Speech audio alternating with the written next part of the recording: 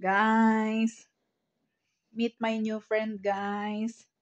His name is Baxter. See?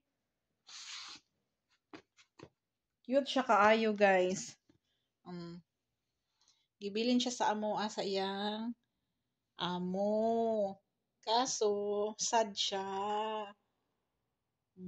Luoy siya no. Kadlo kong iro, pero this time, I love dog. Before, I'm scared of dog. Now, I love dog. Imagine. He's so big. But I'm not scared. Oh, see? Hi, Baxter. Bye-bye. See you later. Okay? Don't be sad, ha? Later, we will come back. Mag-English ta, guys. Kaya mas dili siya kasabot. Kaya imported ba ya amo ini. So, unya na punta, guys.